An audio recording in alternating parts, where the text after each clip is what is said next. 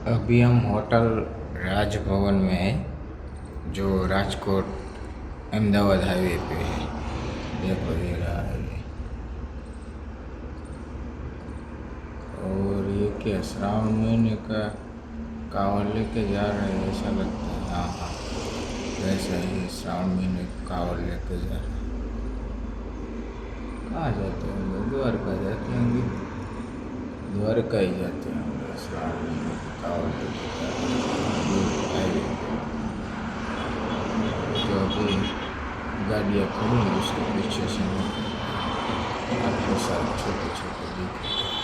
उस तरह मंदिर तरफ जाएंगे तब आपको दिखेंगे साथ में। और गाड़ियाँ पूरी रात आती जाती। और फैसिलिटी तो क्या कहूँ कि पूरी रात लाइट आती है जाती है ऐसा चलता है। तो ये नागराज होटल था। आप रुकना तो रुक सकते हैं, 1200 रुपया लेते हैं रूम का।